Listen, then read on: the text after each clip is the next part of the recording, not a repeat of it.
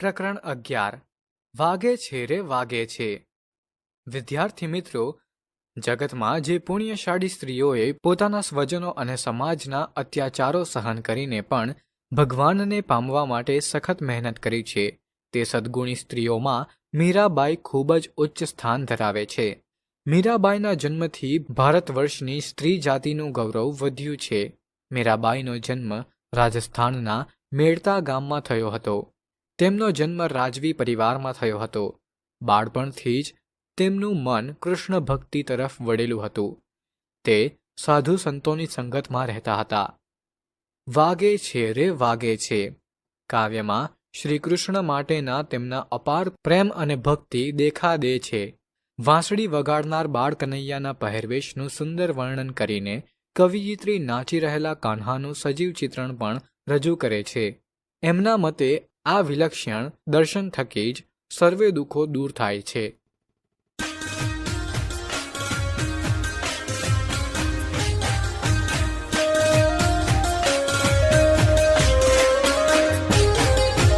વાગે છે રે વાગે છે વૃંદાવન મોરલી વાગે છે. વાગે છે રે વાગે છે વૃંદાવન મોરલી વાગે છે. તેનો નાદ ગગનમાં ગાજે છે. વૃંદાવન મોરલી વાગે છે. વૃંદા તે વનને માર્ગ જાતા, વૃંદા તે વનને માર્ગ જાતા વાલો દાણ દધીના માંગે છે. વૃંદાવન મોરલી વાગે છે.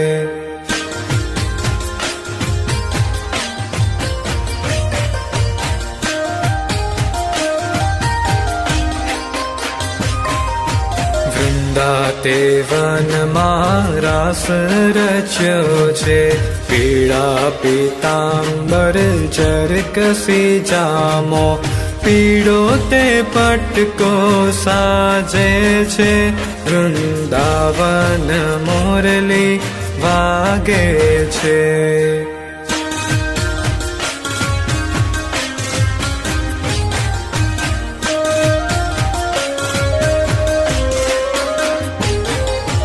કાને તે કુંડળ મસ્તકે મુગટ, કાને તે કુંડળ મસ્તકે મુગટ, મુખ પર મોરલી શોભે છે. વૃંદાવન મોરલી વાગે છે.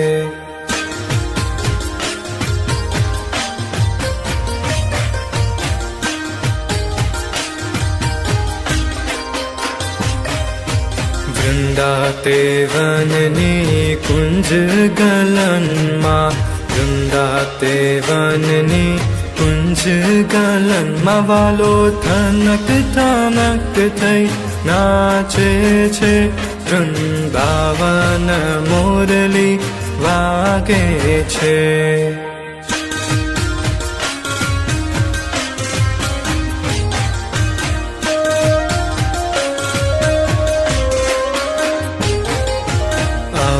સુતાતા ભર નિદ્રામાં, અમે સુતાતા ભર નિદ્રામાં, નણદલ વેરણ જાગે છે. વૃંદાવન મોરલી વાગે છે.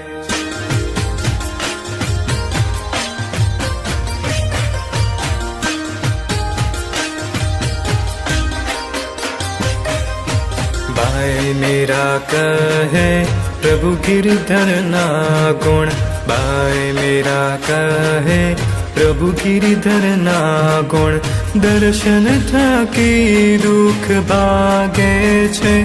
વૃંદાવન મોરલી વાગે છે. સારાંશ.